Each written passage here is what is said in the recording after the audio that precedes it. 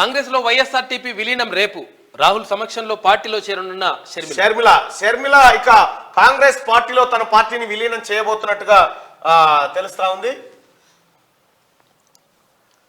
ఆమె గత కొంతకాలం నుంచి ఈ చర్చ జరుగుతుంది. షర్మిల చెప్పిందా?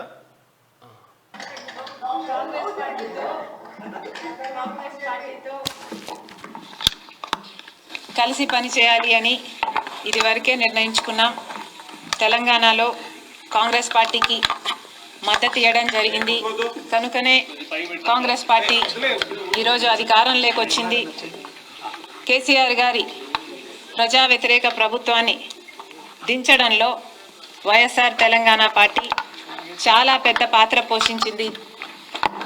31 నియోజకవర్గాలలో కాంగ్రెస్ పార్టీ గెలుపు కేవలం 10,000 మెజారిటీతో గెలిచారు.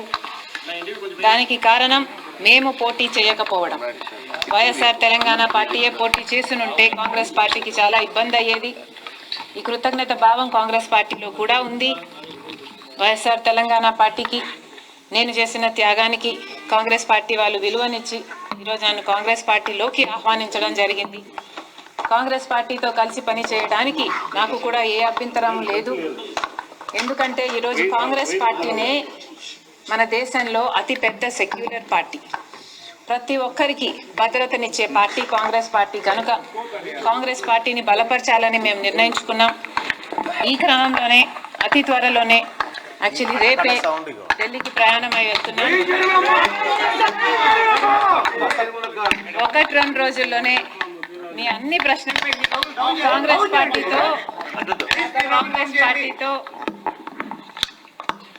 కలిసి పని చేయాలి అని ఇదివరకే నిర్ణయించు.